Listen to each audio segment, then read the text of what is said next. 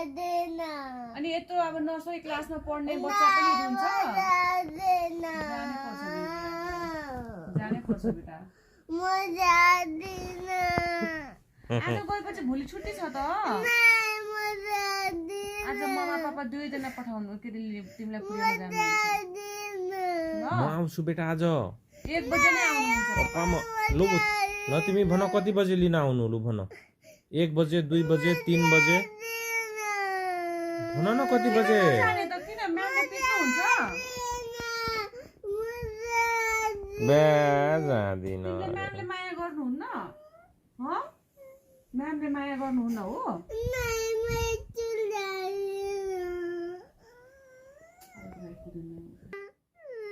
किन किन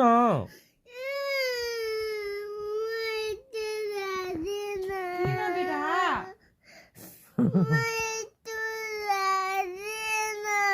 तिमी यस्तो रुयो भने तिमीलाई यही देशमा लगिदिन्छु सबैले लाग्छ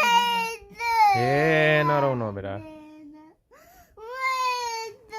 ऊ त्यो गुडिया लिएर पनि जानु ल ऊ त्यो गुडिया लिएर